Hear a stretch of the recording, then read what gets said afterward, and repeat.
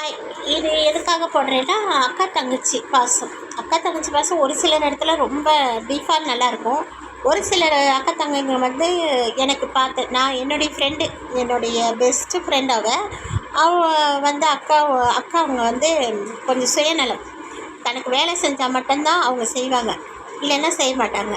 அதேமாதிரி இன்னொரு அக்கா வந்து அவங்களும் ஒரு பொது நலத்தில் ஒரு சுயநலம் இருக்கும்.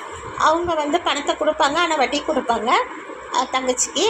அதை வட்டியும் கட்டணும், அசலையும் கொடுக்கணும். அந்த மாதிரி ஒரு சில அக்கா தங்கச்சிங்க நல்லபடியாகவும் பார்ப்பாங்க, நல்லபடியாக எதையும் எதிர்பார்க்காம செய்வாங்க.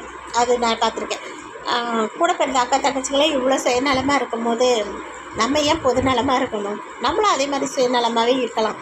அதனால தான் சொல்கிறது, எப்பவுமே பாசத்தை விட இப்போ பணம் தான் முக்கியமாக போச்சு.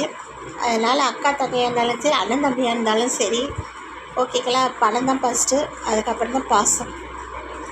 தப்பாக இருந்தால் மன்னித்து விடுங்க.